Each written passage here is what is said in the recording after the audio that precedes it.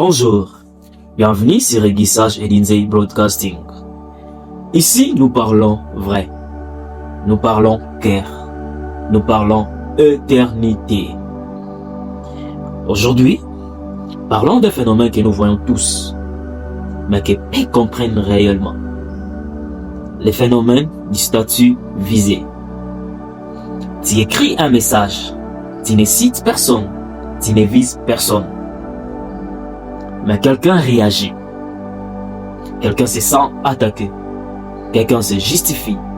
Quelqu'un s'énerve. Et là, une question simple se pose.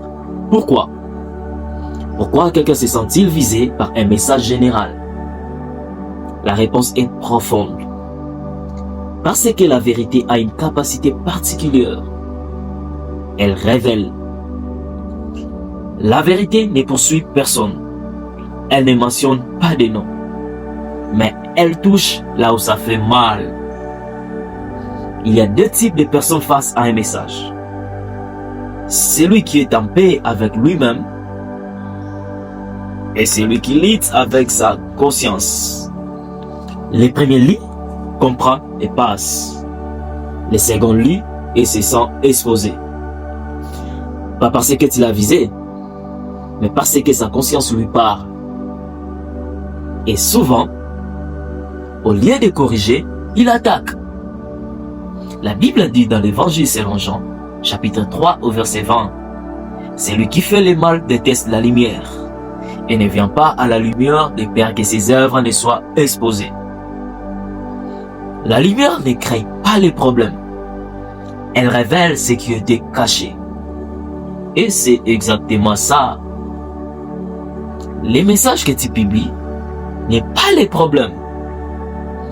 Il est juste une vérité. Il met juste en lumière une réalité. Aujourd'hui, beaucoup préfèrent attaquer les messages plutôt que corriger leur comportement. On rejette la vérité.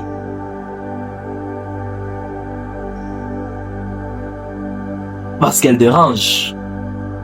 On parle du ton au lieu de parler du fond. Mais au fond, ce n'est pas les messages qui dérangent. C'est ce qu'ils révèlent. Écoute bien ceci. Si tu te sens constamment visé, ce n'est peut-être pas les messages les problèmes. C'est peut-être ta conscience. Parce que quelqu'un qui est droit ne se sent pas attaqué par la vérité. La vérité ne t'attaque pas, elle te révèle.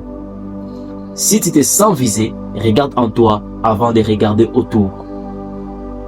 Ce n'est pas les statues qui parlent, c'est ta conscience. La lumière ne te poursuit pas, elle t'expose.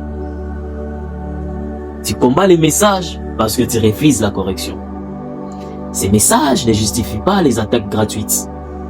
Ces messages ne disent pas que tout message est juste.